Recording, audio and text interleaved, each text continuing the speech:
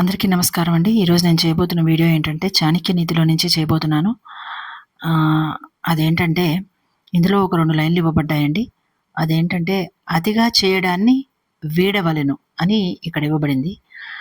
అతిరూపేణ why Sita చాతిగర్వేణ Ravana అతిదానాత్ బలిర్బదో హ్యతి సర్వత్రా వర్జయేత్ అని ఇవ్వబడిందండి. అదేంటంటే సీతాదేవి మనము అతిలోక సుందరి అనే కన్నా కూడా ఆవిడ పతివ్రత, అలాగే సాక్షాత్తు లక్ష్మీదేవి. అయినా కానీ అంత గొప్ప దేవత అయినా కానీ ఆవిడ భూమి మీదకి వచ్చేసరికి అతిలోక సుందరి కిందే లెక్కండి, పతివ్రత అయినా కూడాను.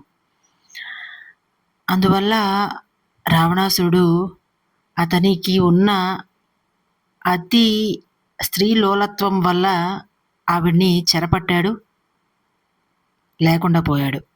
అలాగే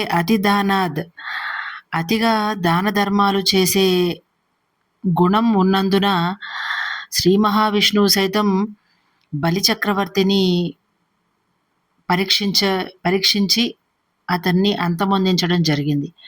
అంతమొందించింది కేవలం అతిగా దానం చేయడం వల్లేనా అండి అంటే అది మాత్రమే కాదండి.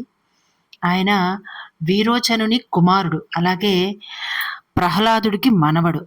అంటే ఆయన పుట్టింది దైత్యుల వంశంలో కాబట్టి ఏ రోజుకైనా అతని వల్ల ఎంతో అంతో ప్రమాదం తప్పదు. అది కూడా ఒక కారణం బలి చక్రవర్తిని అంతమొందించడానికి. కాబట్టి ఏదైనా అతి ఉండడం అనేది అనర్థదాయకం అని ఇక్కడ చాణక్యుడు చెప్తున్నాడండి. ఈ రోజుకి ఇంతేనండి. అందరికీ నచ్చితే కనుక నా video like, share and subscribe చేయండి. నమస్కారం.